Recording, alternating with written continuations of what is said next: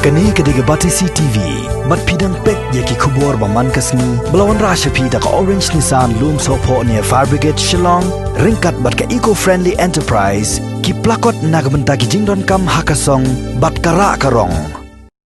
Usambut Menteri Rangba kani kejala Meghalaya, uba Preston Tensong ula keren da kabasai, baka sorkar Meghalaya kamduna haka jingdon kibreu, ban benia ya karong kami jeng kibreu, kibawan na sabar kejala, lengba ki entry checkpoint, kibaran hakal leng ki surok ba, kiba penyeso ya kejala Meghalaya, bat ki weipat kejala.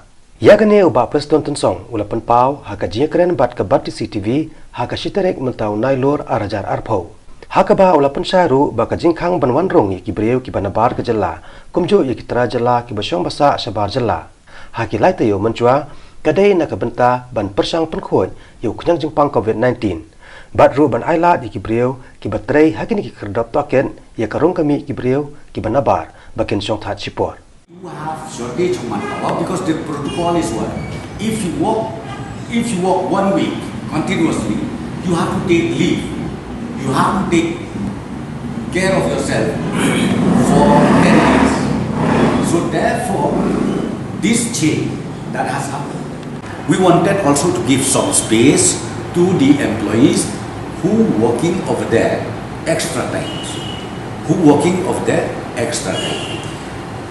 Then number 3, when we said we close down the entry point, it does not mean that we close down the transit movement.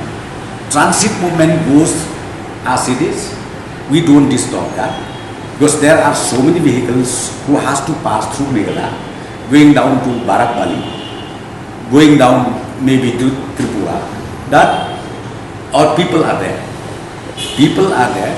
And then even for the essential commodities as well as for those emergency issues, we still allow them to move in and then move